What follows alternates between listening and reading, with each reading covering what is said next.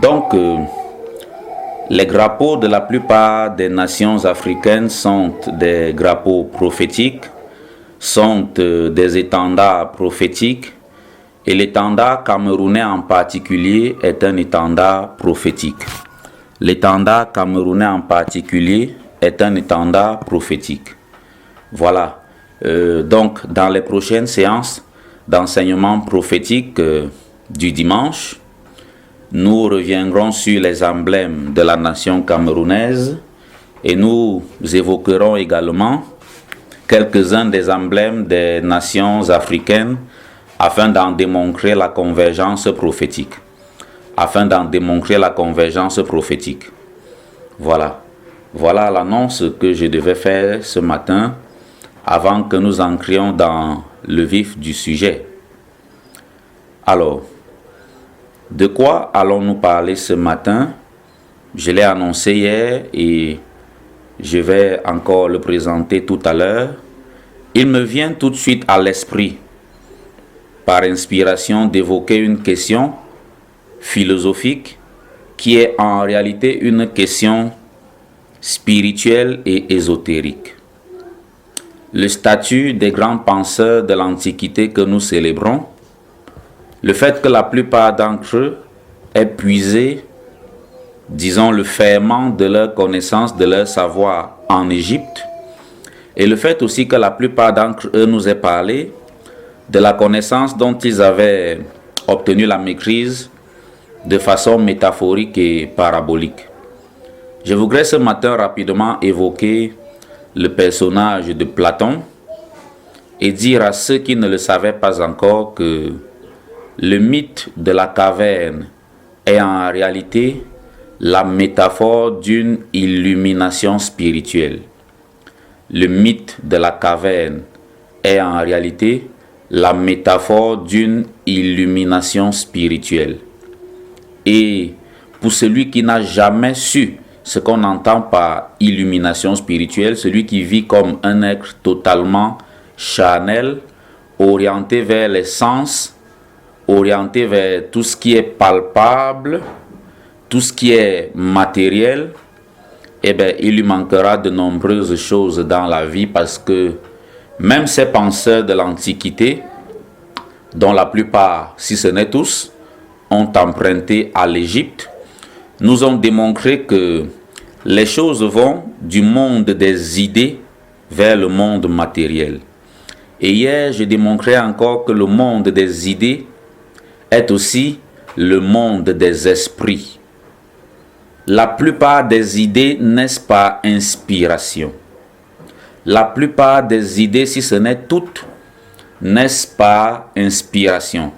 Dans la musique, on disait que ce sont les muses qui inspiraient la mélodie et certainement aussi les paroles. La poésie également. La plupart des idées naissent par inspiration. Et nous autres, prédicateurs de l'Évangile, nous sommes connectés à Yahvé, nous sommes connectés à Yahweh et nous recevons l'inspiration prophétique pour ceux qui ont développé leur qualité prophétique, car en ce temps de la fin, l'Éternel désire avoir et reposer son action sur une église devenue prophétique.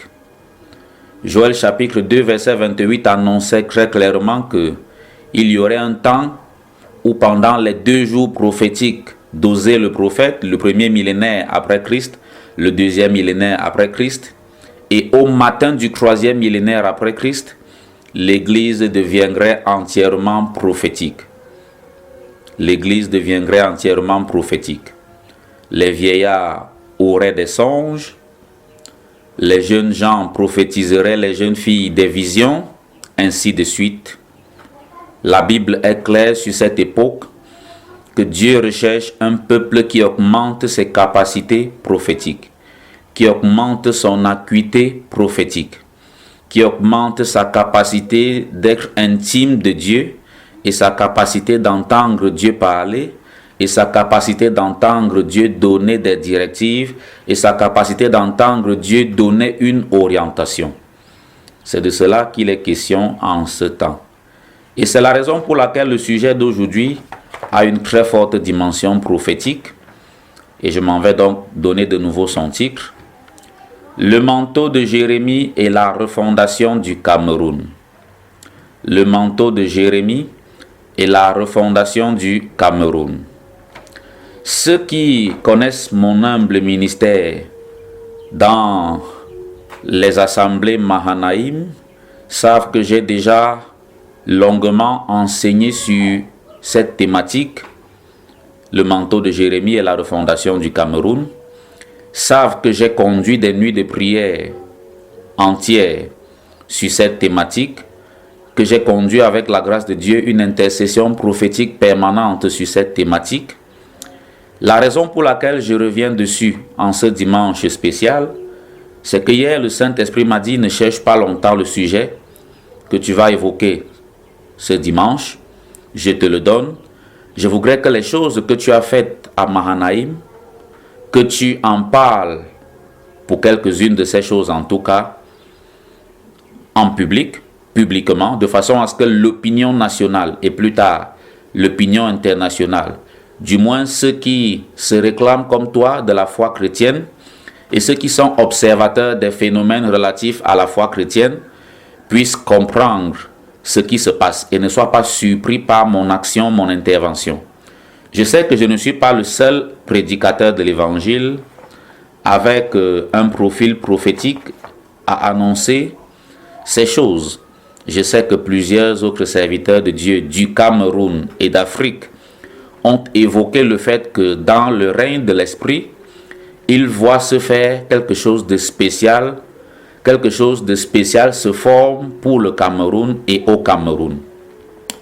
Mais lorsque l'Éternel rajoute des témoins à une cause, ce n'est pas une mauvaise chose. C'est plutôt une chose excellente qu'une action surnaturelle de Dieu ait plusieurs témoins. Ainsi, elle devient quelque chose d'indiscutable et ne discute que ceux qui n'ont pas reçu l'esprit de la vérité pour être sauvés, mais ceux qui ont reçu l'onction de l'égarement, l'esprit de l'égarement pour se perdre. Donc voilà, nous sommes plusieurs types d'hommes sur la terre. Il y a divers profils spirituels dans les sociétés contemporaines, mais globalement, on peut subdiviser ces divers profils en 2 ou 3 grandes tendances sur lesquelles je ne reviendrai pas beaucoup aujourd'hui, mais que nous pourrons évoquer dans les prochains enseignements prophétiques. Globalement, il y a ceux qui ont foi dans ce que Dieu fait, il y a ceux qui, recherchant la face de Dieu, n'ont pas une révélation spéciale pour comprendre les actions surnaturelles spécifiques de Dieu dans une génération. Et il y a la 3e catégorie, ceux qui estiment que quoi que disent les hommes, ça ne peut pas être de Dieu et ce ne sont que des lubies, des inventions, des imaginations, voire des hallucinations. Ces 3 catégories d'hommes existeront toujours. Mais nous qui sommes de la première catégorie, la catégorie de ceux qui savent, de ceux qui sont conscients, de ceux qui sont gracieusement élevés pour voir et comprendre. Nous ne tenons pas compte des railleries des autres, nous ne tenons pas compte des moqueries des autres, et nous faisons ce que nous avons à faire, sachant que la promesse dans le texte biblique est que si nous récoltons quelques railleries et quelques moqueries maintenant, quand la gloire à venir se déversera, le Fils de l'homme, qui est aussi le Fils de Dieu, qui est aussi le Fils de David, déclarera notre honneur devant ses anges et devant tous les habitants du ciel et tous les survivants de la terre. C'est alors que ceux qui nous auront raillés auront honte de l'avoir fait. C'est alors que tous ceux qui nous auront moqués auront honte de l'avoir fait. Donc, mesdames et messieurs, installez-vous confortablement. Nous allons aujourd'hui toucher à un aspect prophétique important en appliquant le mythe de la caverne suivant la philosophie judéo-chrétienne.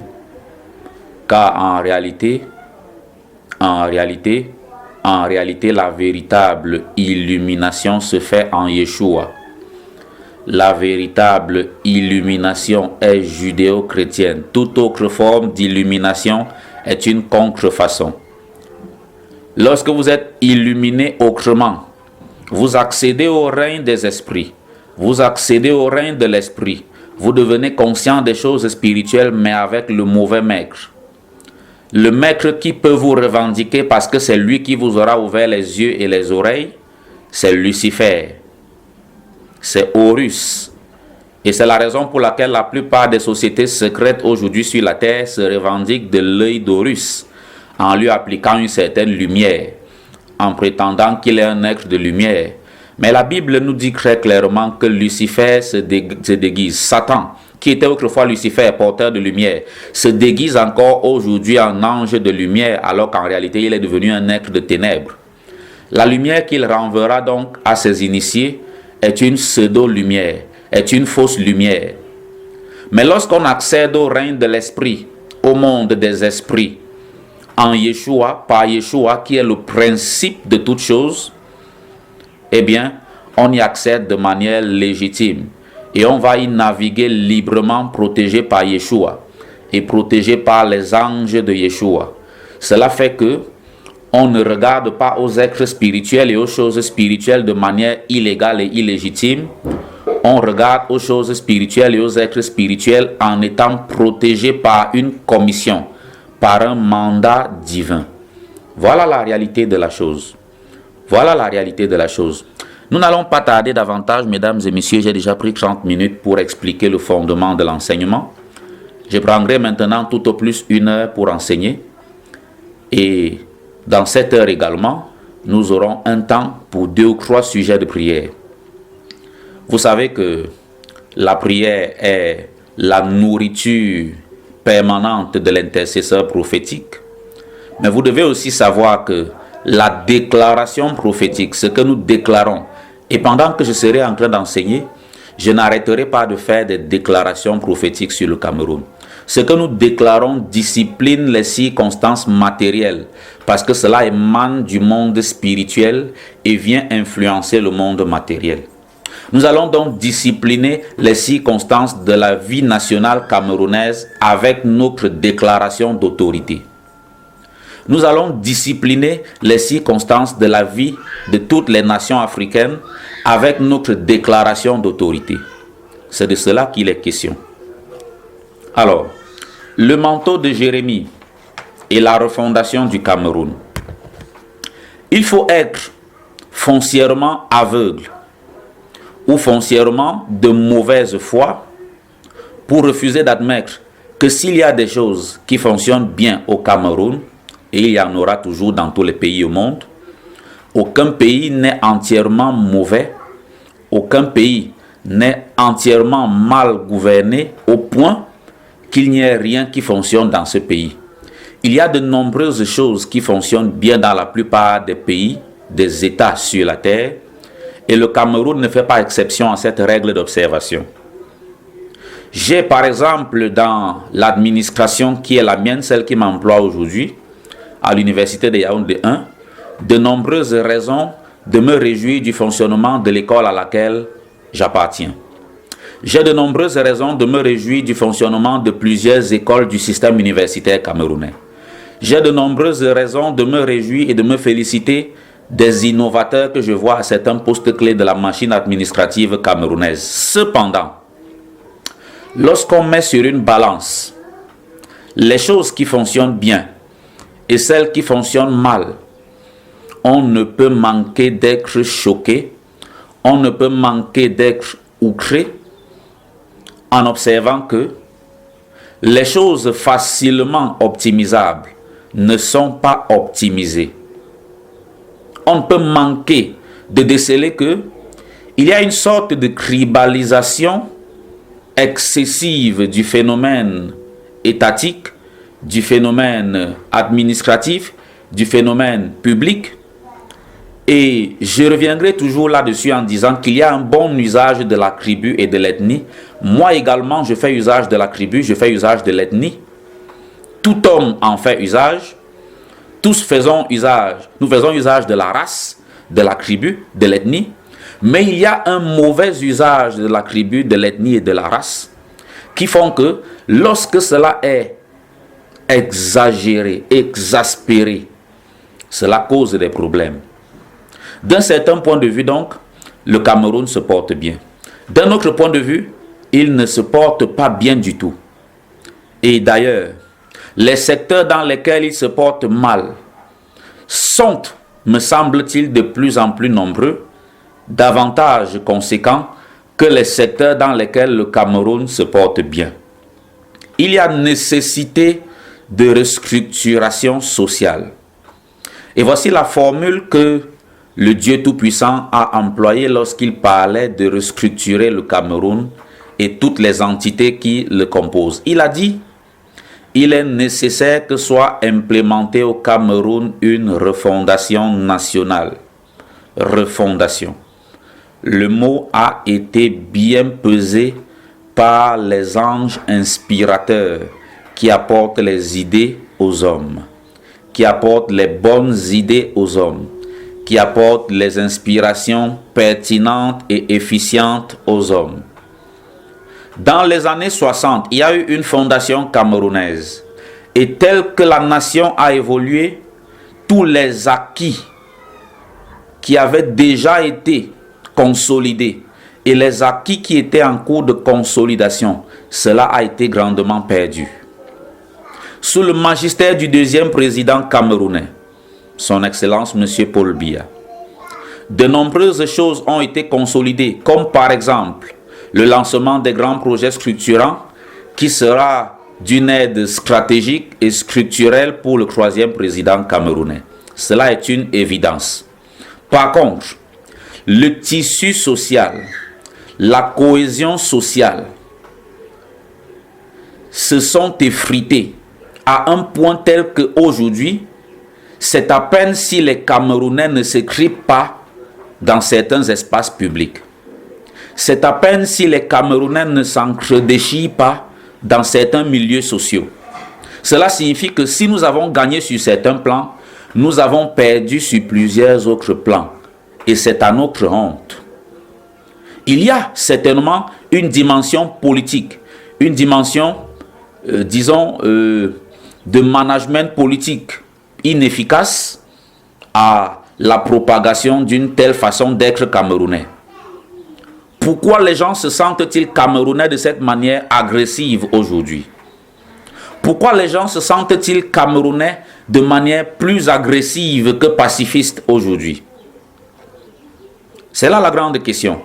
Et nous observons bien que une telle société à laquelle Dieu veut accorder un âge d'or selon la troisième couleur prophétique de son drapeau, la couleur jaune, le jaune or de son drapeau, qui est le jaune de l'âge d'or, une telle société a besoin que ses fondements soient revisités, a besoin que ses fondements soient quelque peu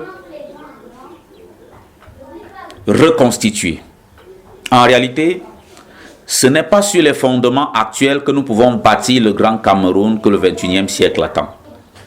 Ce n'est pas sur les fondements actuels que nous pouvons bâtir le grand Cameroun que l'Afrique attend. Les fondements actuels sont biaisés. Il y a des colonnes qui fonctionnent bien et d'autres colonnes qui sont fragilisées. Et si nous continuons ainsi, les colonnes qui portent l'édifice national, quelques-unes d'entre elles pourraient céder et ce serait une catastrophe politico-économique. Ce serait une catastrophe politico-économique. Ne nous voilons pas la face. Nous savons que ce constat n'est pas un constat pour flagorner, ni un constat pour flatter l'opposition politique. À l'heure où je vous parle, je m'engage en politique par l'écriture d'une stratégie politique indépendante. Cela signifie que je ne suis encore rangé ni avec le pouvoir ni avec l'opposition. Je ne suis membre actif ni du Rassemblement démocratique du peuple camerounais, ni d'un parti d'opposition, mais il se pourrait que je le devienne un jour à une seule condition. À condition que les idées de révolution politique et stratégique que nous autres jeunes penseurs, jeunes stratèges et jeunes stratégistes incarnons soient écoutées et reçues. C'est la seule condition à laquelle on pourrait voir quelques-uns d'entre nous devenir membres actifs d'une formation politique.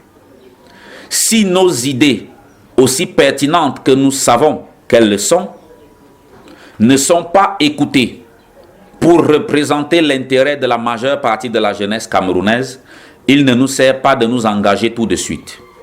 Par contre, nous sommes engagés avec la fonction publique de l'État pour ceux qui sont des fonctionnaires et nous sommes engagés avec l'État du Cameroun en tant que consultant, en tant que travailleur public pour développer ce pays chacun à sa manière.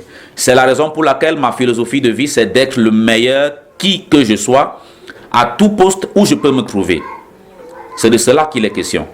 Il faut que nous arrêtions cette confusion qui veut que haute administration rime forcément avec parti au pouvoir ou haute administration rime forcément avec parti d'opposition pour mettre les bâtons dans les roues de ceux qui sont du parti au pouvoir. Les deux clivages sont dangereux. Les deux postures politiques sont dangereuses parce que si elles sont mal équilibrées, nous ne tirons pas le meilleur des ressources humaines dont nous disposons, mais nous organisons le jeu politico-administratif de manière à rendre les gens improductifs et frustrés. C'est de cela qu'il est question et il faut que nous reconnaissions que les bases actuelles sur lesquelles fonctionne la société camerounaise ne sont pas les bases idéales et que le Cameroun peut faire mieux à condition qu'il soit refondé. Pour une refondation nationale camerounaise. Et je voudrais parler maintenant non plus en intellectuel mais en prophète. Je voudrais dire que cette refondation va être douloureuse parce que l'Éternel va nous l'imposer. Elle va être douloureuse parce que toute tentative étatique, toute tentative politique de s'opposer à la refondation en voulant faire une restructuration de surface ne marchera pas. Lorsque je dis refondation, je voudrais vous avouer que l'Éternel a évoqué 2 ou 3 choses concernant la dite refondation.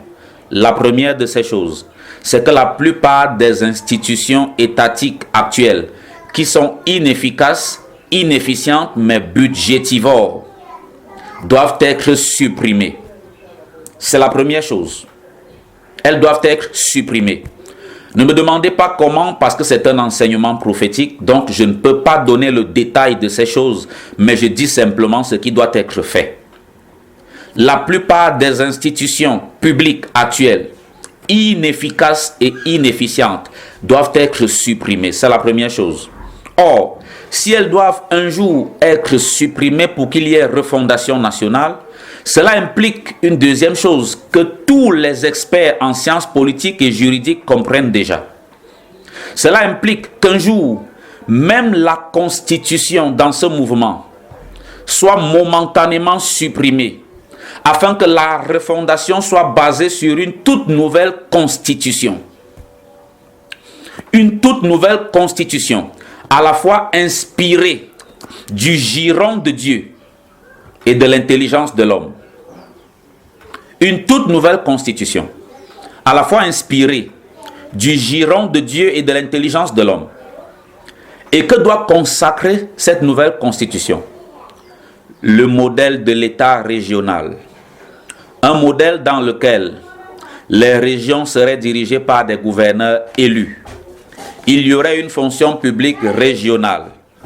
Il y aurait des fonctions publiques municipales à l'intérieur des régions. Et il y aurait un État central qui coordonnerait l'action des régions-États. Voilà globalement.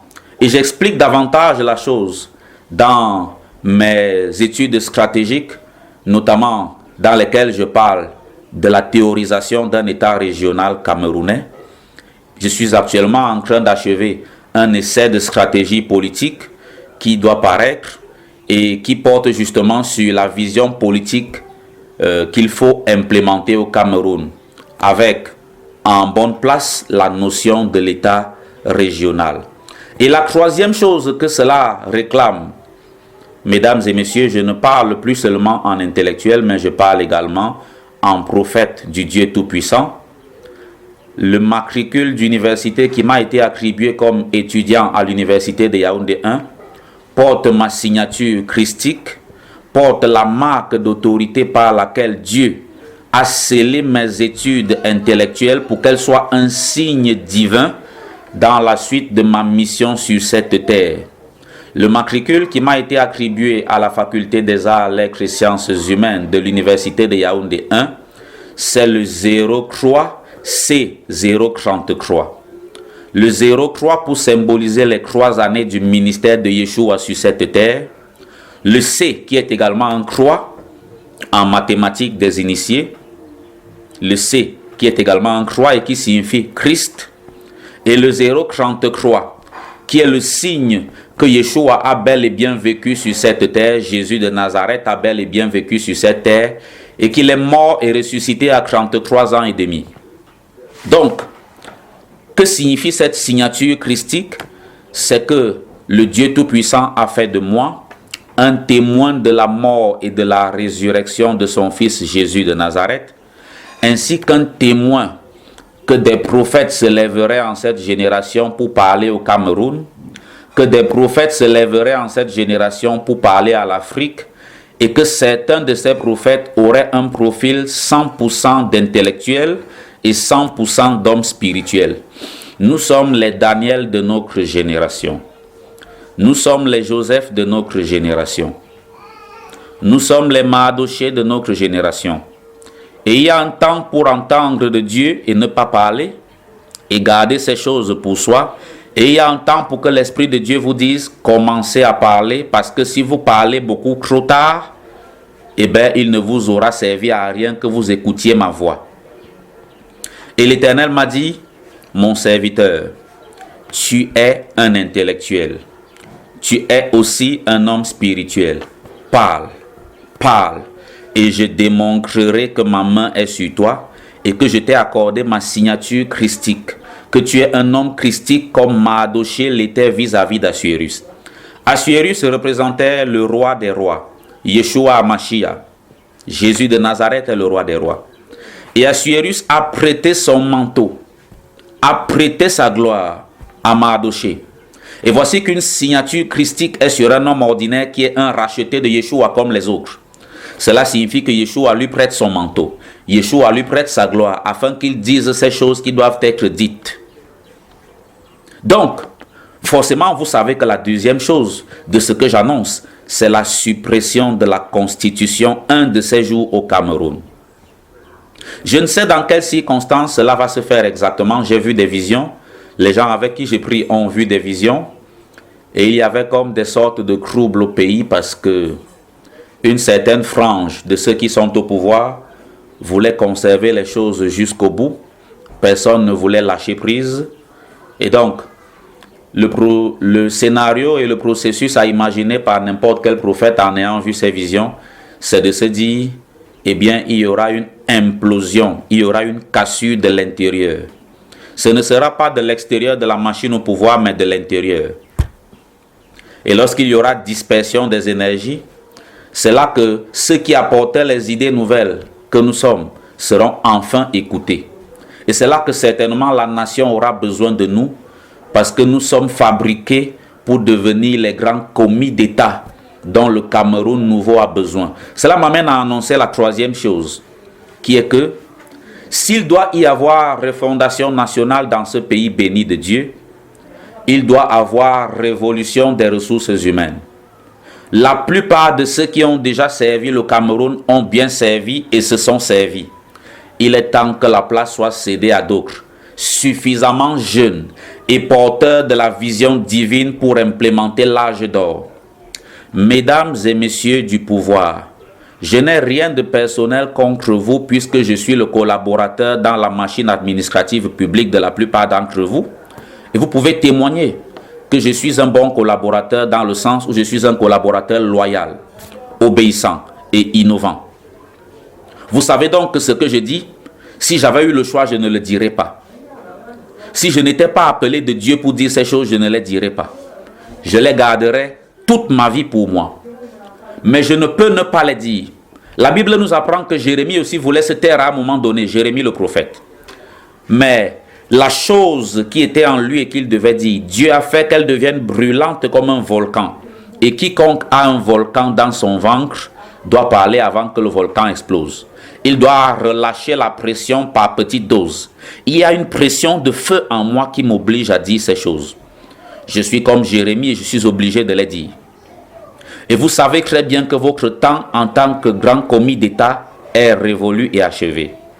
Cédez la place aux jeunes lions que l'Éternel donne au Cameroun.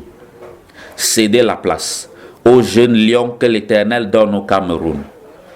Ils sont intelligents d'une intelligence donnée par l'Éternel. Ils sont compétents d'une compétence donnée par l'Éternel. Ils sont innovants d'une innovation donnée par l'Éternel. Ils feront de grands commis d'État. Ils feront d'excellents commis d'État. Ils feront d'excellents hauts fonctionnaires. Ils feront qui un excellent chef d'État, qui un excellent premier ministre, qui un excellent ministre du gouvernement central. Ils feront qui un excellent gouverneur élu de région. Ils feront qui un excellent membre du gouvernement régional. Oui, c'est de cela qu'il est question. Écoutez la voix de l'Éternel qui vous dit qu'il veut faire une refondation nationale au Cameroun et ne vous y opposez pas. Vous ne vous opposerez pas à des prédicateurs de l'Évangile. Que sont 100 prédicateurs de l'Évangile face à vous? Que sont 500 prédicateurs de l'Évangile face à vous? Que sont 1000 prédicateurs de l'Évangile face à vous? Pas grand-chose au plan humain. Mais ce n'est pas ces hommes qui comptent. C'est l'Éternel qui parle au travers de ces hommes qui comptent. Ne combattez pas contre l'Éternel. Ne combattez pas contre l'Éternel. Ne combattez pas contre l'Éternel. Ne combattez pas contre Yahvé. Nul ne peut combattre contre l'Éternel et en sortir vainqueur. Voilà les 3 choses qu'il faut. Et maintenant, nous allons enseigner. Enseignons sur Jérémie. Disons ce que nous devons dire sur Jérémie. Le premier passage qu'il est important d'étudier ici, c'est Jérémie au chapitre 1, le verset 4 à 9. Vocation du prophète. La parole de l'Éternel me fut adressée en ces mots. Avant que je t'eusse formé dans le ventre de ta mère, je te connaissais, et avant que tu fusses sorti de son sein, je t'avais consacré, je t'avais établi prophète des nations. Jérémie n'était pas seulement prophète de la nation d'Israël, il était prophète des nations. Et les prophètes camerounais qui se lèvent en ce moment ne sont pas seulement prophètes de la nation camerounaise, ils sont prophètes des nations africaines. Ils sont prophètes des nations africaines. Je répondis, « Ah, Seigneur éternel, voici je ne sais point parler car je suis un enfant. » La plupart d'entre nous, lorsque nous avons reçu l'appel de Dieu, nous étions très jeunes. Et jusqu'à ce jour, je suis encore suffisamment jeune.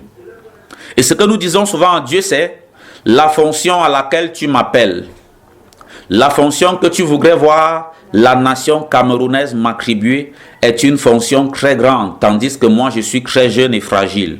Je suis un enfant. Je ne peux pas assumer cette fonction. Et que nous répond Dieu? Je tiens les destinées des hommes dans ma main. Je tiens les destinées des hommes dans ma main. Et si je dis qu'un jeune homme de 30 ans comme David peut devenir le roi d'Israël, si je dis qu'un jeune homme de 35 ans peut faire pour moi une action surnaturelle dans ce pays, c'est que ce jeune homme le peut. C'est ce que l'Éternel nous répond. Il ne nous répondra jamais autre chose. Le verset 7. Et l'Éternel me dit, ne dis pas, je suis un enfant, car tu iras vers tous ceux auprès de qui je t'enverrai, et tu diras tout ce que je t'ordonnerai. Lorsqu'il est temps de parler des choses qu'on a entendues de Dieu, il est temps d'en parler et Dieu nous dit, va et parle. Pendant longtemps, nous disions, les choses que nous avons entendues sont dangereuses. Les choses que nous avons vues en vision sont dangereuses. Pourquoi en parler publiquement? Nos familles tremblaient à l'idée qu'un jour nous parlerions de ces choses.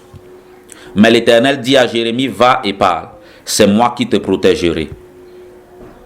C'est moi qui suis le maître de ta vie et de ta destinée. Offre-moi l'obéissance d'aller et de dire les choses que je te demande de dire. Verset 8. Ne les crains point, car je suis avec toi pour te délivrer, dit l'Éternel. Puis l'Éternel étendit sa main et toucha ma bouche. Et l'Éternel me dit, voici, je mets mes paroles dans ta bouche. Allons encore plus loin dans les 2 versets suivants.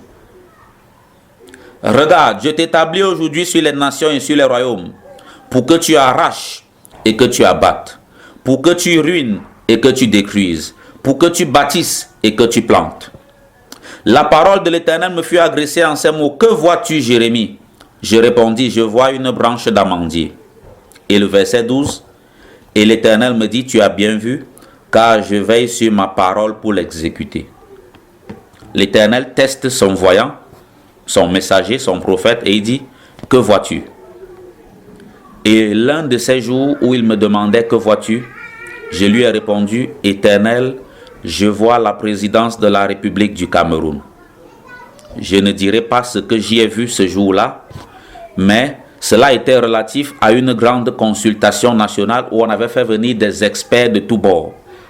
Tenez-vous tranquille, la plupart de ces experts étaient de jeunes gens. Parce que les experts d'un certain âge avaient les idées d'un certain âge. Parce que les experts d'une certaine ancienneté avaient les idées d'une certaine ancienneté. Mais les idées novatrices venaient de jeunes experts que l'on avait fait venir en disant « Aidez-nous à repenser le Cameroun ». Je déclare sur ce pays que cette vision que j'avais vue s'accomplira. Que lorsque vous serez dépassé par les événements de la machine politique et administrative camerounaise, vous ferez venir de jeunes experts. Vous ferez venir de jeunes visionnaires et vous leur direz, repensez-nous le Cameroun. Nous ne pouvons plus. Nous avons saturé. Repensez-nous le Cameroun. Je déclare sur le Cameroun que ces jeunes experts seront les héritiers politiques immédiats du Cameroun dès l'instant où ils seront convoqués. Et je déclare sur le Cameroun qu'ils bâtiront un Cameroun de l'âge d'or. Un Cameroun aurifère. C'est la 3e bande du drapeau du Cameroun, la bande jaune. La couleur jaune, c'est la prophétie de nos emblèmes nationaux. C'est la prophétie de nos symboles nationaux et pas seulement la prophétie de la Sainte Bible. C'est de cela qu'il est question. Allons maintenant voir dans le 2e passage de l'Écriture que nous avons retenu ce que Jérémie fait avec Dieu vis-à-vis de la commission de détruire et de rebâtir. Jérémie au chapitre 9, du verset 23 au verset 26. Jérémie au chapitre 9, du verset 23 au verset 26.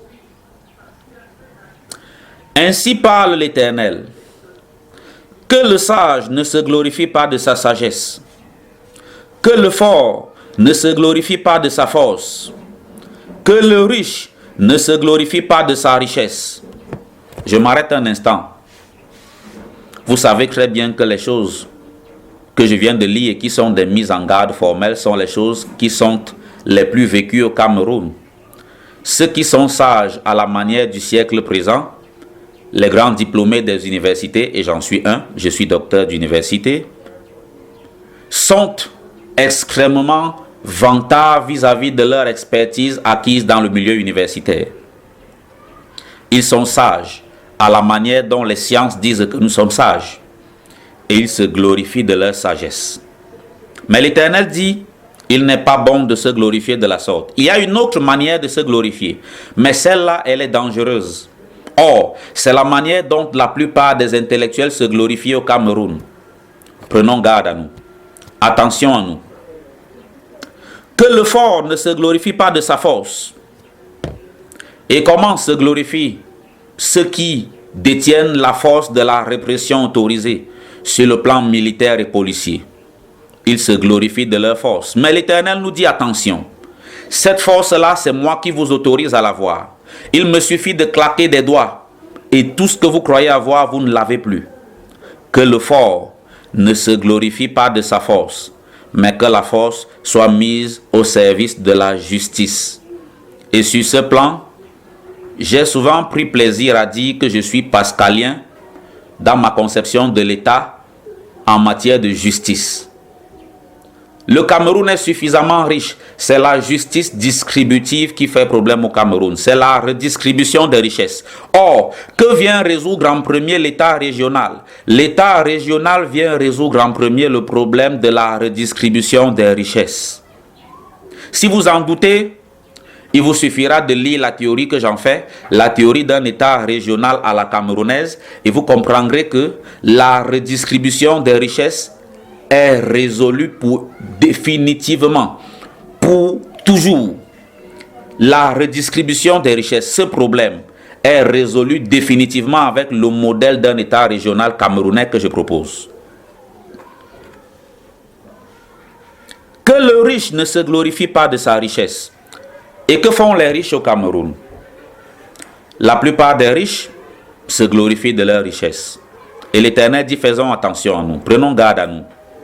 Notamment pour ceux dont il est établi que ce sont des riches fabriqués par un certain pan de la machine, mais qui se glorifient pourtant de ces richesses au lieu de faire profil bas. Qui se glorifient pourtant de ces richesses qu'ils n'ont pas fabriquées eux-mêmes, qu'ils n'ont pas générées eux-mêmes. Au lieu de faire profil bas, ils s'en glorifient. L'Éternel nous dit attention à nous. Le verset 24. Mais que celui qui veut se glorifier, donc l'Éternel n'empêche pas l'homme de se glorifier, car l'Éternel a choisi depuis l'origine de la création qu'il allait glorifier l'une de ses créatures qui est l'homme, en plaçant l'homme au-dessus des autres créatures. Donc l'Éternel a prévu que l'homme soit glorieux. Et dans le psaume 8, il est écrit, qu'est-ce que l'homme pour que tu fasses tant cas de lui? Tu l'as fait de peu inférieur à Dieu, donc de beaucoup supérieur aux anges. L'homme est une créature glorieuse. L'homme est un être royal. L'homme est une espèce royale émanant de Dieu en tant que roi. Dieu veut donc que l'homme soit glorieux, mais la gloire dont l'homme peut se glorifier est délimitée. Elle est très bien encadrée. Lorsque nous nous glorifions au-delà des limites déterminées par Dieu, nous nous attirons la foudre divine. Nous nous attirons la colère de l'Éternel. La Bible dit, mais que celui qui veut se glorifie d'avoir de l'intelligence et de me connaître. L'Éternel dit, la seule raison pour laquelle tu peux te glorifier, c'est de connaître Yeshua. C'est de connaître Yahvé, c'est de connaître le Rédempteur et de le connaître personnellement. Voilà la seule raison que tu as de te glorifier. Si tu ne te glorifies pas de connaître Yeshua, d'être uni à Yeshua, oh, j'aime la signature christique que Yeshua m'a donnée. Car le jour où j'ai percé ce mystère, cela m'a propulsé dans le règne de l'Esprit. Et j'ai pu m'unir à lui. Et j'ai compris quelle était ma mission divine en tant qu'uni à Yeshua. Oui, c'est de cela qu'il est question. De savoir que je suis l'Éternel, qui exerce la bonté, le droit et la justice sur la terre. Voilà de quoi nous devons nous glorifier. Nous devons nous glorifier de savoir que Yahvé est l'Éternel, qu'il exerce la bonté, le droit et la justice sur la terre. Car c'est à cela que je prends plaisir, dit l'Éternel. Cela signifie que si tu es un manager public et tu veux que l'Éternel prenne plaisir en toi, exerce la bonté, exerce le droit et la justice. Voilà le type de manager public en qui Yeshua prendra plaisir lorsqu'il les aura établis au Cameroun. Il y en a quelques-uns comme ça dans la machine administrative, je le sais, ils existent. Il y en a quelques-uns qui sont attachés à l'innovation publique afin qu'elle génère plus de résultats économiques et donc qu'il y ait plus de richesse au Cameroun, je le sais. Ils sont là, ils existent. Mais ils ne sont pas les plus nombreux, ils ne sont plus les plus nombreux. Donc malheureusement, Yeshua doit changer la machine. Yeshua doit remplacer la machine.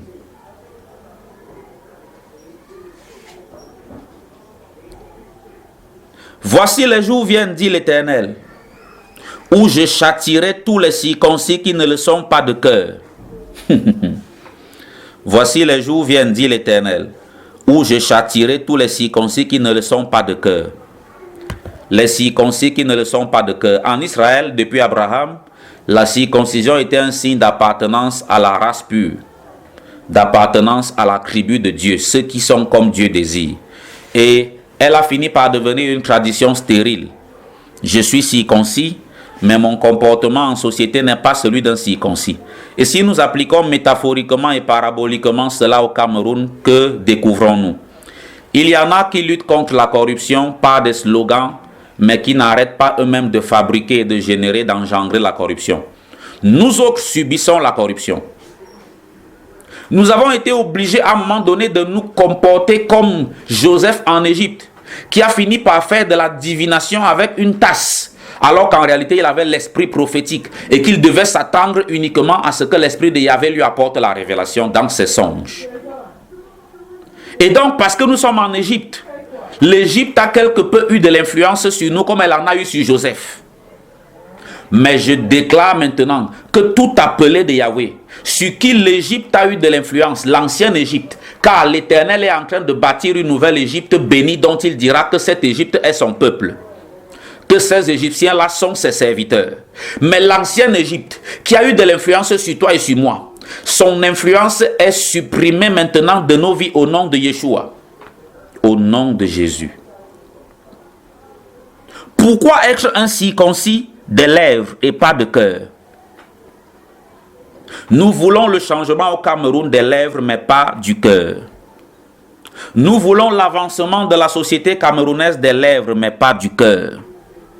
Et l'Éternel dit: voici les jours viennent, dit l'Éternel, où je châtierai tous les circoncis qui ne le sont pas de cœur. Tous les circoncis qui ne le sont pas de cœur seront châtiés.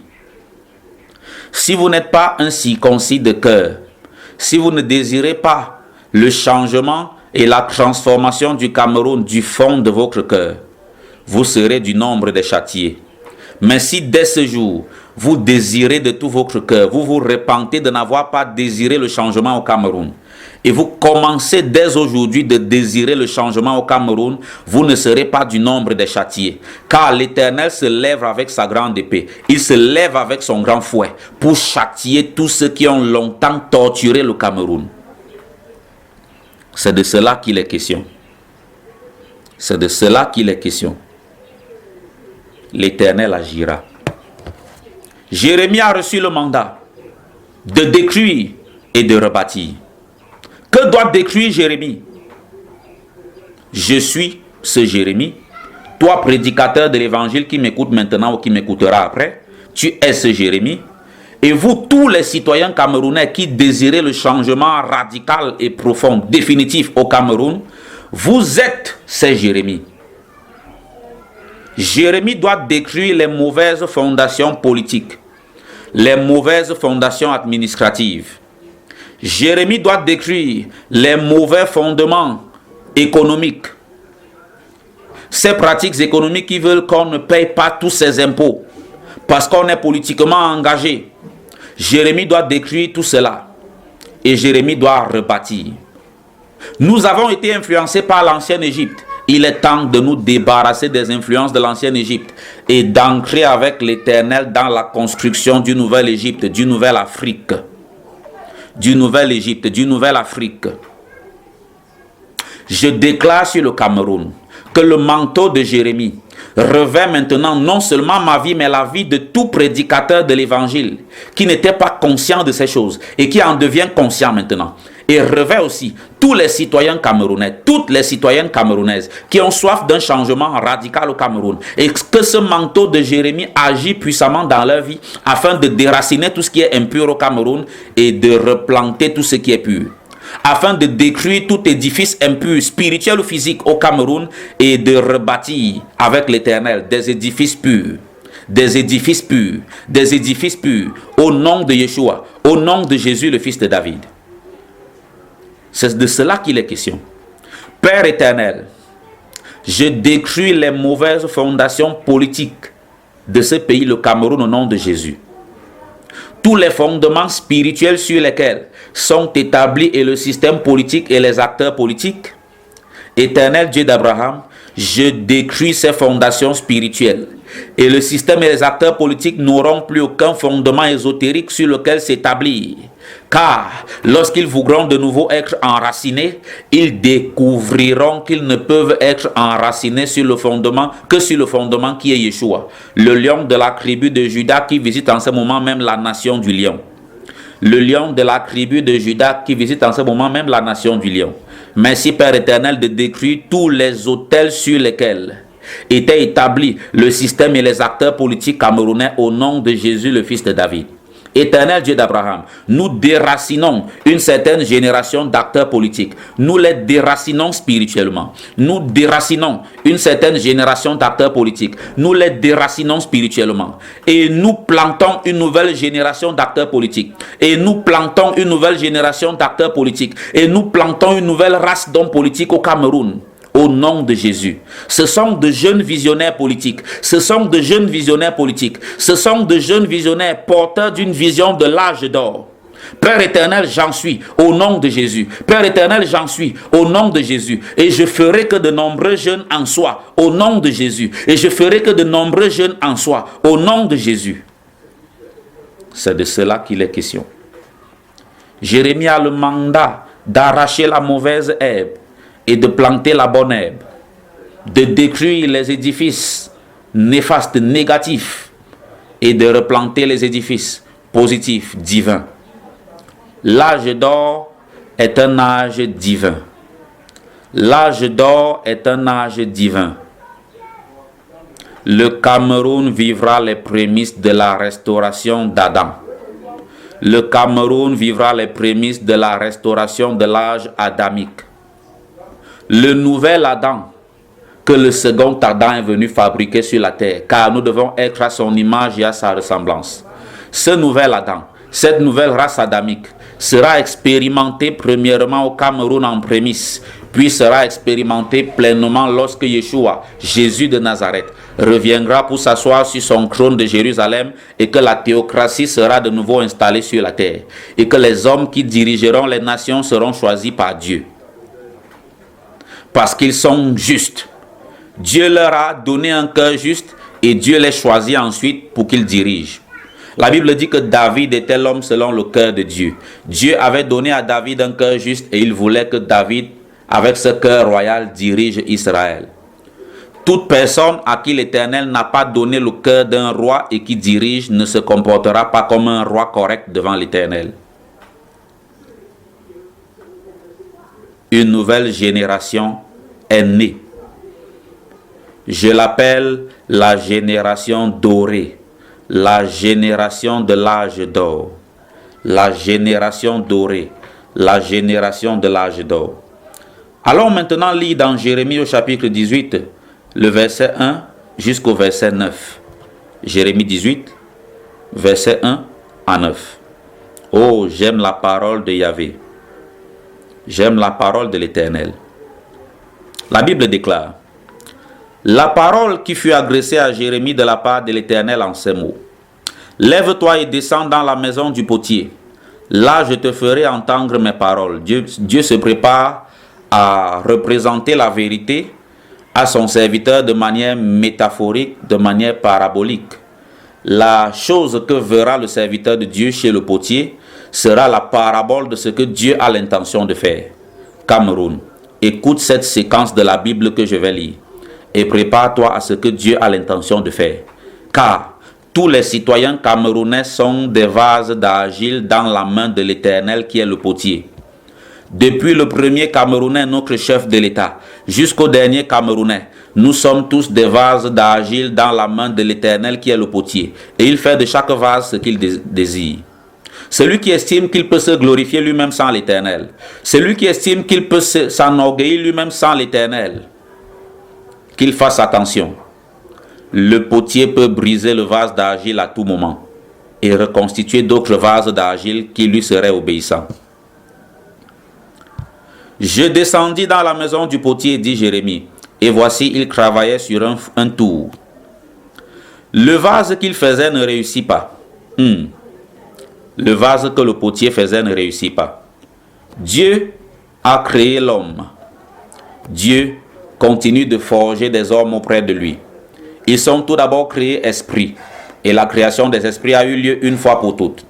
Ensuite, Dieu prend un esprit auprès de lui.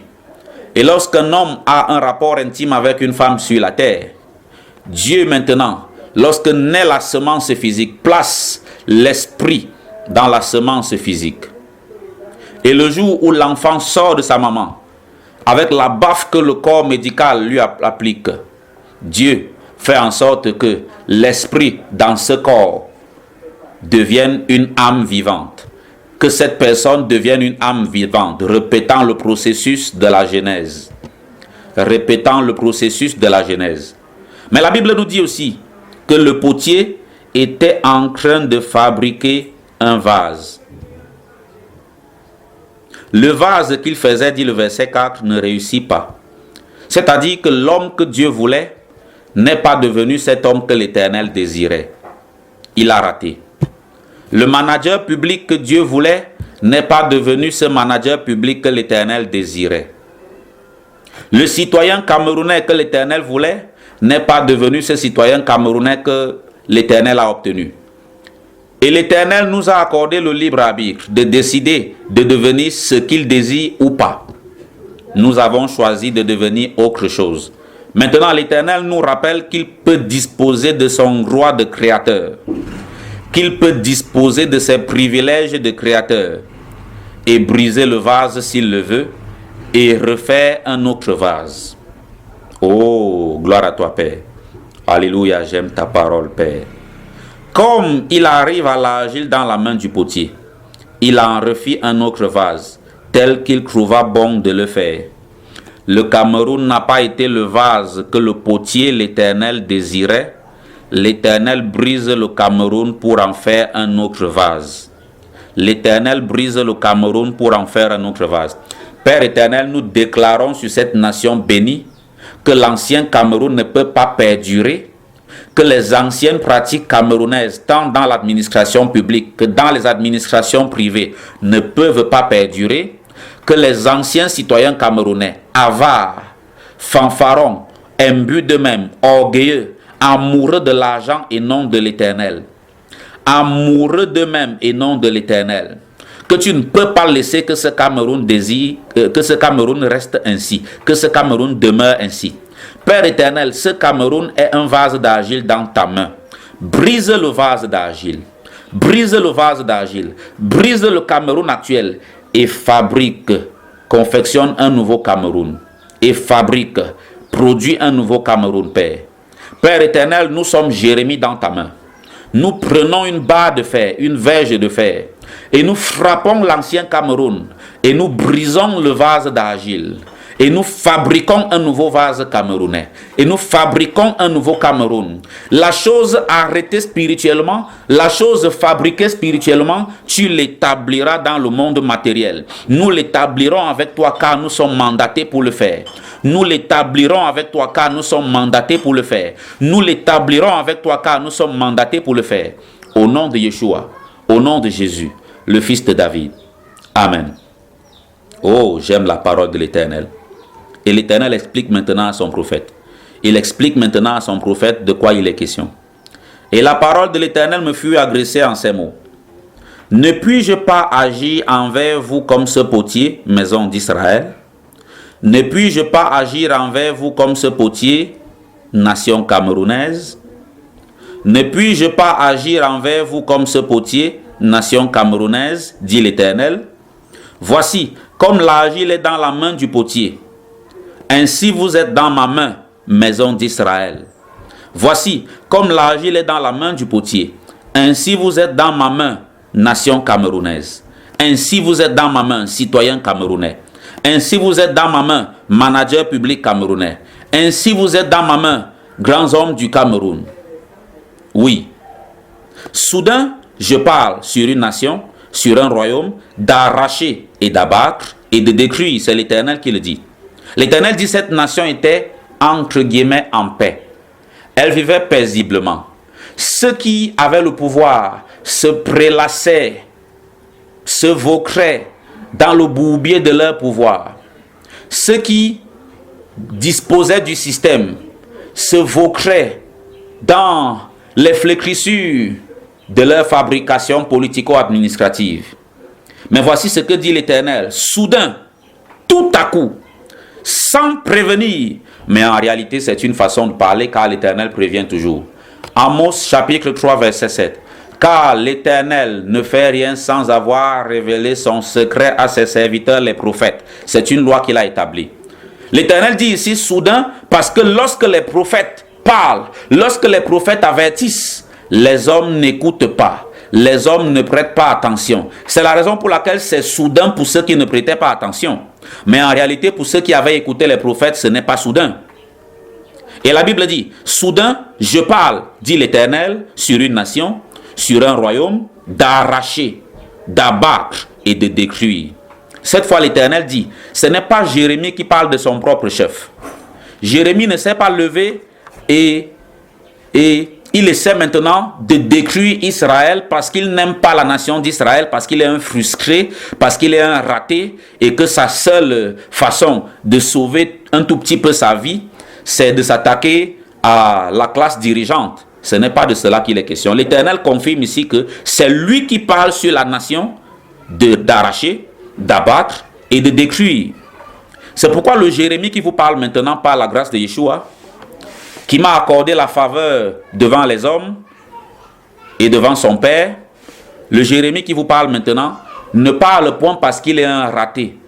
Lorsqu'on est ce que je suis dans le système universitaire camerounais, on se tait et on se contente de son salaire, de ses vacations, car je dispense plusieurs cours dans plusieurs écoles et dans plusieurs institutions privées. Il est vrai que j'ai arrêté cela depuis quelque temps et que maintenant je ne travaille plus que pour l'État. Je travaille désormais pour l'École nationale supérieure polytechnique où je suis consultant, consulting manager pour la filière art numérique. Donc, par la grâce de Yeshua, je ne parle point parce que je suis un affamé, parce que je n'ai pas de riz à manger. Je ne parle point parce que je suis un raté selon les hommes. Je parle parce que le Dieu éternel a mis dans mon ventre et dans mon cœur un volcan. Et quand la pression de ce volcan prêt à exploser monte, je suis obligé de parler. Je relâche la pression de l'Éternel par petites doses pour que le volcan qui est en moi n'ait pas une éruption trop forte qui me détruise moi-même. Je relâche la pression de l'Éternel par petites doses pour que le volcan qui est en moi n'ait pas une éruption trop forte qui me détruise moi-même. Lorsqu'on est chargé de cours dans les universités camerounaises, c'est un bon début de carrière pour un homme de 35 ans. Lorsqu'on est chargé de cours dans les universités camerounaises, c'est une grande bénédiction. On peut se taire et regarder la société autour de nous et faire comme si de rien n'était. Mais si quelques-uns parmi nous n'arrivent pas à se taire et ne parlent pas d'un point de vue d'une formation politique et ne parlent pas dans le clivage opposition ou parti au pouvoir, mais parlent sous une autre influence qui est l'influence divine. La signature christique de mon ministère m'oblige à parler. La signature christique de ma vie m'oblige à parler. L'Éternel ne m'a pas donné tous ces signes pour que je les mette dans un placard. L'Éternel m'a donné tous ces signes pour que je devienne un signe au Cameroun. Pour que je devienne un signe au Cameroun. Lisons encore et après je vous démontrerai pourquoi lorsque nous recevons des signes, nous devenons nous-mêmes des signes dans la nation où nous habitons. Ne puis-je pas agir envers vous comme ce potier, maison d'Israël, nation camerounaise, dit l'Éternel? Voici comme l'argile est dans la main du potier, ainsi vous êtes dans ma main, maison d'Israël, nation camerounaise. Soudain je parle sur une nation, sur un royaume, d'arracher, d'abattre et de détruire. Mais si cette nation sur laquelle j'ai parlé revient de sa méchanceté, si elle se répand, cela signifie que par nous, les prophètes, l'Éternel appelle la nation à la repentance. Cela signifie que par nous, les prophètes, l'Éternel appelle les managers publics à la repentance. L'Éternel appelle le plus grand citoyen à la repentance, le dernier citoyen à la repentance, les citoyens intermédiaires à la repentance, la classe dirigeante à la repentance, la classe moyenne à la repentance et la basse classe, la basse société à la repentance. Tout le monde doit se repentir. Même ceux d'en bas ont péché dans leur cœur. Ils ont rempli leur cœur de haine parce qu'ils voient ceux d'en haut se prélasser dans les jouissances du pouvoir. Alors, il y a une telle frustration dans les cœurs des hommes que lorsqu'ils les voient passer dans leur véhicule, ils les maudissent. Ce sont des péchés. Ce n'est pas une bonne chose. Lorsqu'ils les voient construire de grandes maisons, ils les maudissent. Ce sont des péchés. Ce n'est pas une bonne chose. L'Éternel n'a autorisé aucun homme à maudire un autre homme parce que l'autre homme se comporte mal. Vos cœurs sont remplis d'amertume, citoyens camerounais. Videz vos cœurs devant Dieu. L'Éternel va visiter les cœurs depuis le haut de la société camerounaise jusqu'en bas. Depuis le premier citoyen camerounais jusqu'au dernier, l'Éternel visitera les cœurs. L'Éternel sondera les reins. C'est de cela qu'il est question. L'Éternel dit, mais si cette nation, la nation camerounaise, sur laquelle j'ai parlé, revient de sa méchanceté, je me repens du mal que j'avais pensé lui faire. Repentons-nous. Repentons-nous. Et l'Éternel ne nous fera aucun mal. Mais si nous ne nous repentons pas, l'Éternel nous brisera comme le potier brise les vases d'argile qui ont raté, qui n'ont pas réussi. La Bible dit que si nous nous repentons, voici ce que l'Éternel fera. Verset 9. Et soudain, je parle sur une nation, sur un royaume, de bâtir et de planter. Au lieu de détruire, l'Éternel bâtira. Au lieu d'arracher, l'Éternel plantera davantage. Mais si cette nation fait ce qui est mal à mes yeux et n'écoute pas ma voix, je me repens du bien que j'avais eu l'intention de lui faire. Et je lui ferai plutôt du mal, dit l'Éternel. Parle maintenant aux hommes de Juda et aux habitants de Jérusalem et dis, ainsi parle l'Éternel. Voici, je prépare contre vous un malheur, je médite un projet contre vous. Revenez chacun de votre mauvaise voie. Réformez vos voies et vos œuvres. Réformez vos voies et vos œuvres. Et je dis à tous les citoyens camerounais qui m'entendent aujourd'hui, réformez vos voies et vos œuvres. Donnez votre vie à Yeshua. Donnez votre vie à Jésus de Nazareth. Repentez-vous de votre mauvaise conduite. Donnez votre vie à Jésus de Nazareth. Repentez-vous de votre mauvaise conduite. Donnez votre vie à Jésus de Nazareth. Repentez-vous de votre mauvaise conduite. Donnez votre vie à Jésus de Nazareth. Ô Père éternel, tu es Dieu, tu ne changes pas. Ô Père éternel, tu es Dieu, tu ne changes pas. Gloire à toi, éternel Dieu d'Abraham. D'éternité en éternité, tu es Dieu. Gloire à toi, éternel Dieu d'Abraham. D'éternité en éternité, tu es Dieu. Ô Père, merci, parce que tu es Dieu et que tu ne changes pas. Je voudrais lire encore dans la parole de l'Éternel, afin que vous compreniez que l'Éternel se prépare à agir. L'Éternel déclare dans sa parole, Jérémie au chapitre 23, le verset 29, « Ma parole n'est-elle pas comme un feu, dit l'Éternel, et comme un marteau qui brise le roc? Ma parole n'est-elle pas comme un feu, dit l'Éternel, et comme un marteau qui brise le roc? Ô Père éternel, aie miséricorde de nous. » Je vais lire encore une écriture ou deux avant que nous puissions conclure cet enseignement du dimanche, qui vous démontrera que lorsque je dis que l'Éternel m'a persuadé et que je n'ai pas le choix, je n'ai pas d'autre choix que de parler, vous ne comprenez peut-être pas la chose comme vous devriez la comprendre. Mais je vais vous donner un exemple avec le même personnage biblique que l'Éternel m'a indiqué afin que j'enseigne sur le manteau de Jérémie et la refondation du Cameroun. Le Cameroun doit connaître une refondation. Le Cameroun doit connaître une refondation. Nous lirons dans Jérémie au chapitre 20, le verset 7. Nous lirons dans Jérémie au chapitre 20, le verset 7 et dans la suite. Ce sont les plaintes du prophète Jérémie. Ne pensez pas que nous parlons de certaines choses de gaieté de cœur ou que nous sommes contents de prendre certains risques en parlant de certaines choses sensibles, tandis que nos familles nous regardent. Tout dépend de notre appel divin et de ce que le volcan que l'Éternel a établi en nous pousse à faire. Lorsque le volcan de l'Éternel en nous monte, vous savez qu'il est temps de parler. Si vous ne parlez pas, vous allez exploser. Si vous ne parlez pas, vous allez exploser. La Bible déclare, le prophète Jérémie qui parle, « Tu m'as persuadé, Éternel, et je me suis laissé persuader. Tu m'as saisi et tu m'as vaincu. » La plupart des appelés de Dieu pour agir comme nous agissons, pour accomplir la mission que j'accomplis en cette génération, ne sont pas d'accord. Ils savent qu'il y a des risques. Il y a même le risque que lorsqu'une société refuse de se repentir, de se faire tuer. Beaucoup d'appelés le savent. Mais l'Éternel a dit à Jérémie, c'est moi qui vais te délivrer. La plupart des appelés comme Jérémie disent toujours à l'Éternel, je ne le ferai pas. Je ne le dirai pas. C'est très dangereux. Laisse-moi vivre ma vie comme je l'entends.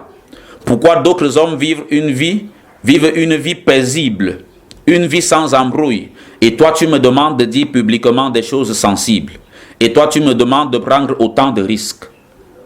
Alors la plupart de ces hommes résistent toujours à Dieu et fuient devant Dieu comme Jonas. J'ai fui Dieu pareillement. Je l'ai fui sur de nombreuses années. Je l'ai fui sur de nombreuses années. De 2007 à 2012 pratiquement, je fuyais l'Éternel. Jusqu'à ce qu'il m'amène à rencontrer un de ses serviteurs, un prophète camerounais, qui m'a regardé et qui m'a dit, Jonas, Jonas, pourquoi fuis-tu l'Éternel? Jonas, le nombre du ministère de Jonas était le nombre croix. Et la signature christique que j'ai reçue, le nombre du ministère que j'ai reçu est également le nombre croix. Mais c'est le sujet d'un autre enseignement prophétique, afin de démontrer que nous ne parlons pas de nous-mêmes. Nous parlons comme étant des signes de l'Éternel au milieu de la nation où nous résidons. Jérémie dit à l'Éternel, tu m'as persuadé, Éternel, et je me suis laissé persuader. Tu m'as saisi et tu m'as vaincu. Et je suis chaque jour un objet de raillerie. Tout le monde se moque de moi, oui. Moi aussi, je l'ai été et je le suis encore. Il y a des collègues d'université qui disent, oh, un brillant intellectuel. Oh, un bon penseur. Mais qu'est-ce qu'il fait avec les églises de réveil? Mais qu'est-ce qu'il fait à dire que maintenant il est prédicateur de l'évangile, il est prédicateur de la parole de Dieu? Nous sommes moqués, nous sommes raillés comme Jérémie. Nous répétons la vie de Jérémie, mais nous n'irons pas en prison comme lui. Nous répétons la vie de Jérémie, mais nous ne descendrons pas dans une fosse comme lui. L'Éternel nous protège d'une manière différente, car notre mission a quelque chose de plus. Tout le monde se moque de moi. Il y a eu un temps dans nos familles, on se moquait de nous aussi. Dans ma famille également, on se moquait de moi. Il a fallu que l'Éternel m'établisse comme intellectuel à l'université et me donne le statut de salarié de l'université camerounaise. Pour qu'on arrête de se moquer en disant, malgré tout cela, il a quand même fait l'école. Et malgré tout cela, il est devenu un travailleur public. Peut-être n'est-il pas aussi fou qu'on pense. Peut-être n'est-il pas aussi fou qu'on pense. Car toutes les fois que je parle, il faut que je crie. Que je crie à la violence et à l'oppression. Pourquoi? Les prophètes comme Jérémie ne sont pas écoutés. Alors, quand ils parlent, à un moment donné, ils doivent gronder. Ils doivent crier pour se faire entendre. On ne veut pas les écouter. On ne veut pas les entendre. Alors il faut qu'ils crient à la violence, qu'ils crient à l'oppression, qu'ils annoncent des choses terribles et c'est là qu'ils seront enfin écoutés. Et la parole de l'Éternel est pour moi un sujet d'opprobre et de risée chaque jour. Cela a été le début de ma vie dans la foi. La parole de l'Éternel a été pour moi une occasion de moquerie permanente. Une occasion de honte permanente. Mais je veux te déclarer quelque chose. Jérémie n'était pas dans la génération de l'âge d'or. Jérémie n'était pas dans la génération dorée. Nous sommes dans la génération dorée. Passé la saison de la moquerie, passé la saison des outrages, de la raillerie, la parole de l'Éternel qui était pour nous l'occasion d'une moquerie et de la honte devient l'occasion d'une élévation glorieuse, d'une élévation enviable. Nous serons élevés dans cette dispensation d'abord et dans le millénium de gloire ensuite. Nous serons des chefs pour l'Éternel. Nous dirigerons pour l'Éternel dans cette dispensation d'abord et dans le millénium ensuite. Car lorsque Jésus reviendra, je serai assis sur l'Afrique pour Yeshua. Je serai assis sur le Cameroun pour Yeshua.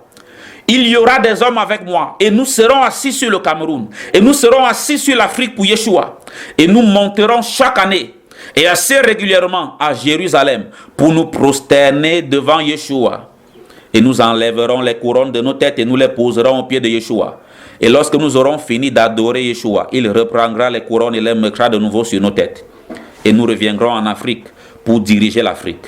Le Cameroun a été placé au cœur de l'Afrique parce que le Cameroun doit diriger l'Afrique dans le millénium de gloire. Il n'est pas né celui qui peut contester cette révélation. Et même si quelqu'un conteste, même si quelqu'un se plaît à contester, il conteste pour sa propre perte, car l'Éternel l'amènera un jour à comprendre que ces choses que je dis sont vraies. Elles sont justes et véritables. Verset 9, Jérémie dit, « Si je dis, je ne ferai plus mention de lui, je ne parlerai plus en son nom. » Il est arrivé à tous les prophètes Jérémie de notre génération. Il m'est arrivé à moi aussi de dire, « Je ne parlerai plus de l'Éternel. Je garderai ma foi en Jésus secrète. Je ne prêcherai plus Jésus à d'autres pour qu'ils viennent aussi à Jésus. Je ne dirai plus ce que Jésus a l'intention de faire au Cameroun et avec le Cameroun. » Mais voici la suite. « Il y a dans mon cœur comme un feu dévorant qui est renfermé dans mes os. Ce feu-là ne brûle pas seulement dans le ventre. Il ne brûle pas seulement dans le cœur. Il parcourt même les os. Il parcourt l'ensemble de notre être. Et c'est une sensation désagréable tant que tu n'as pas dit ce que l'Éternel te demande de dire. Mais lorsque tu commences à parler, la brûlure interne, le sentiment de brûlure interne s'apaise. Parce que tu es en train de faire ce que l'Éternel attend que tu fasses, que tu parles. Il y a dans mon cœur comme un feu dévorant qui est renfermé dans mes os. Je m'efforce de le contenir, mais je ne le puis. Amen. Je m'efforce de contenir le feu, mais je ne le puis. Voici ce que Jérémie dit encore. L'Éternel est avec moi comme un héros puissant. C'est pourquoi mes persécuteurs chancellent et n'auront pas le dessus. Ils seront remplis de confusion pour n'avoir pas réussi. Ce sera une honte éternelle qui ne s'oubliera pas. L'Éternel des armées éprouve le juste. Il pénètre les reins et les cœurs. Je verrai ta vengeance s'exercer contre eux, mes persécuteurs. Car c'est à toi que je confie ma cause, Éternel. Chantez à l'Éternel, louez l'Éternel, car il délivre l'âme du malheureux de la main des méchants. Car il délivre l'âme du malheureux de la main des méchants. Alléluia. Et nous allons enfin lire dans Ésaïe au chapitre 8 pour voir en quoi nous sommes un signe pour l'Éternel dans la nation où nous résidons. Alléluia. L'Éternel des armées est le Dieu véritable. Il est dit dans Ésaïe chapitre 8 à partir du verset 11. Ainsi m'a parlé l'Éternel quand sa main me saisit et qu'il m'avertit de ne pas marcher dans la voie de ce peuple. N'appelez pas conjuration tout ce que ce peuple appelle conjuration. Ce que la nation camerounaise appelle bénédiction n'est pas une bénédiction mais une malédiction. Et ce que la nation camerounaise appelle malédiction n'est pas une malédiction mais une bénédiction. Ils se moquent de l'or pur, l'or de Dieu épuré par le feu, et ils acceptent de jouer avec les serpents, les basiliques, les dragons. Mais le lion de la tribu de Juda est venu au Cameroun et il dévore à gauche, il dévore à droite, il dévorera tous ses ennemis et il élèvera la nation camerounaise. Au nom de Yeshua, le Cameroun sera élevé. Amen. Ne craignez pas ce qu'il craint et ne soyez pas effrayés. C'est l'Éternel des armées que vous devez sanctifier. C'est lui que vous devez craindre et redouter. Alléluia. Oh, gloire à l'Éternel. L'Éternel dit encore à partir du verset 16. Enveloppe cet oracle et scelle cette révélation parmi mes disciples. Mon serviteur Elundu, la révélation que tu as reçue, enveloppe-la et scelle-la parmi les disciples de l'Éternel. C'est la raison pour laquelle depuis 2018, lorsque l'Éternel a commencé à me parler de ces choses glorieuses, j'ai écrit un livre de vision et je l'ai envoyé à quelques-uns des serviteurs de Dieu afin qu'ils soient des témoins de ce qui arrive sur le Cameroun. J'ai scellé la révélation parmi les disciples de l'Éternel. J'ai envoyé le livre à quelques témoins criés sur le volet. J'ai scellé la révélation parmi les disciples de l'Éternel. Enveloppe cet oracle. Scelle cette révélation parmi mes disciples. Et voici ce que le prophète Ésaïe dit. J'espère en l'Éternel qui cache sa face à la maison de Jacob, qui cache sa face à la nation camerounaise.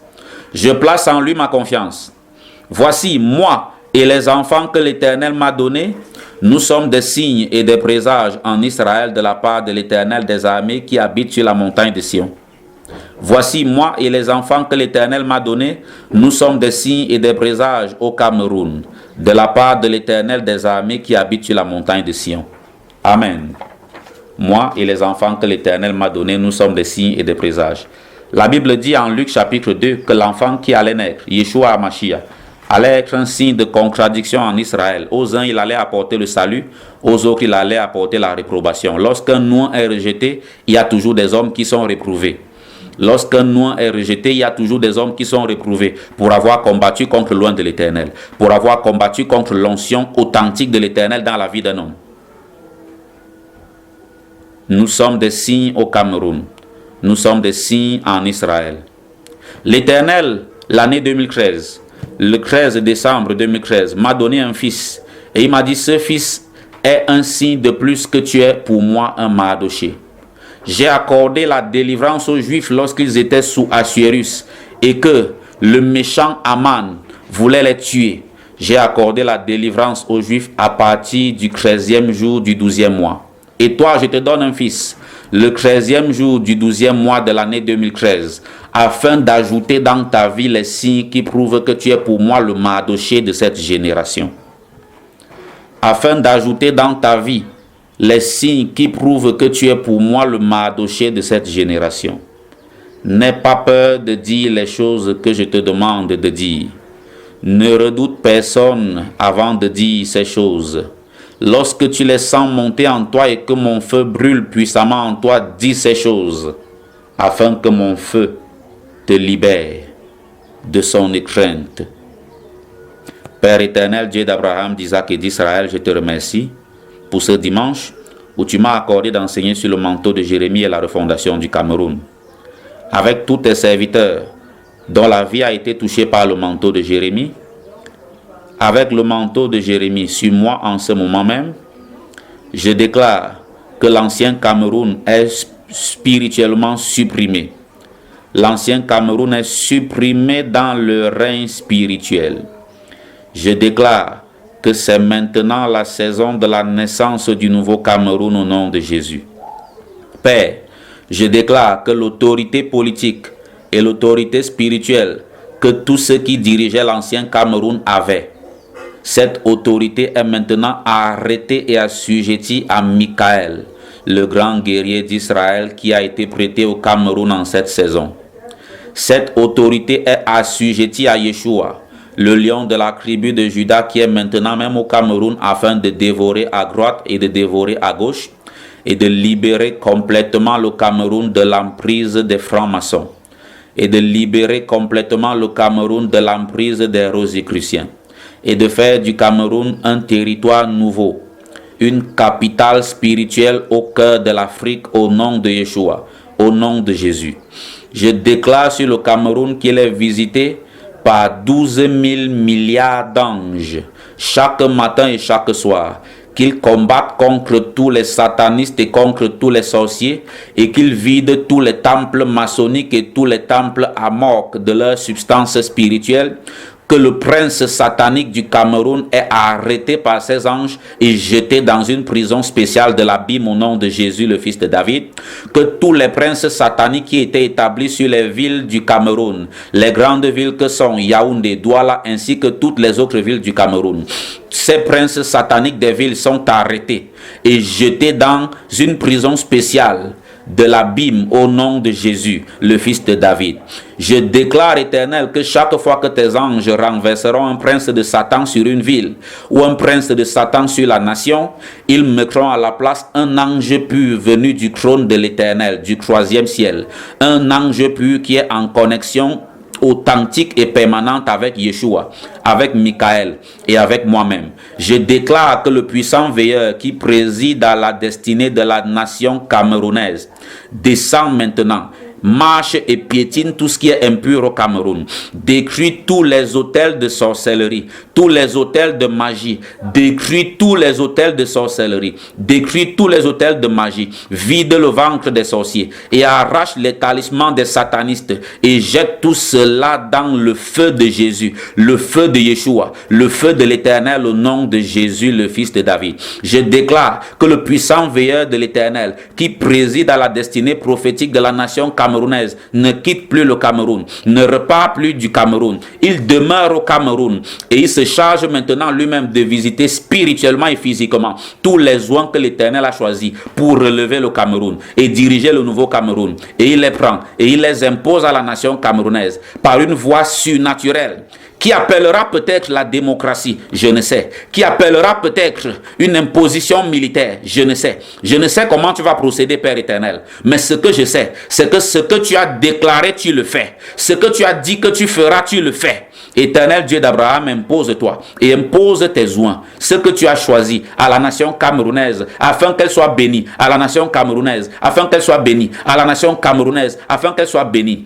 Père éternel, que tes anges combattent pendant 21 jours et multiplient les combats, afin de frapper tous les satanistes et tous les sorciers qui refusent de se repentir dans les villes et dans les villages, afin de frapper tous les satanistes qui refusent de se repentir dans les villes et dans les villages, au nom de Yeshua, au nom de Jésus, le Fils de David. Éternel Dieu d'Abraham, vide le Cameroun de toute substance luciférienne et jette, l'éternel Dieu d'Abraham, une telle énergie dans les temps de feu au nom de Jésus et remplis le Cameroun de l'énergie divine, de ton énergie à toi, Père, au nom de Yeshua Hamashiach, au nom de Jésus, le Fils de David. Je déclare que les citoyens camerounais sont bénis surnaturellement par la main de Yahvé, au nom de Jésus. Amen. Je déclare que ma vie est bénie. Je déclare que la vie des oins choisis par Dieu est bénie. Je déclare que nous sommes une grande nation, que nous sommes une nation du lion, que nous sommes des lions et des lionnes, que nous sommes des rois, que nous nous élevons en cette saison en Afrique afin de bénir le nom de l'Éternel et afin de glorifier le Cameroun et afin de glorifier l'Afrique.